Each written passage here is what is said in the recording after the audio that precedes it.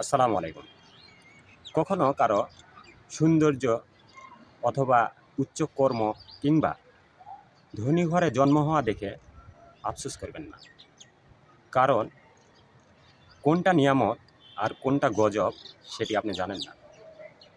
হুম, কত লোক সৌন্দর্যের কারণে চরিত্র হারিয়েছে, আবার অনেক লোক উচ্চ কর্ম করতে গিয়ে সততা হারিয়েছে। আবার ধনী ঘরে জন্ম হওয়া কারণে জীবন ধ্বংস হয়েছে, তার কোনো হিসাব নেই।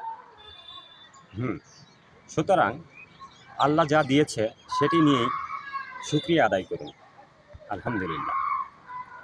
নতুন বছর নতুন বছর সুন্দর তখনই হবে যখন নতুন বছরটা পা দেওয়ার আগে আপনার একটা সুন্দর নিয়ত থাকবে, একটা পরিকল্পনা থাকবে। তো খারাপ জিনিসগুলা কমায় দিয়ে ভালো জিনিসের পরিমাণ বাড়ায় দেন।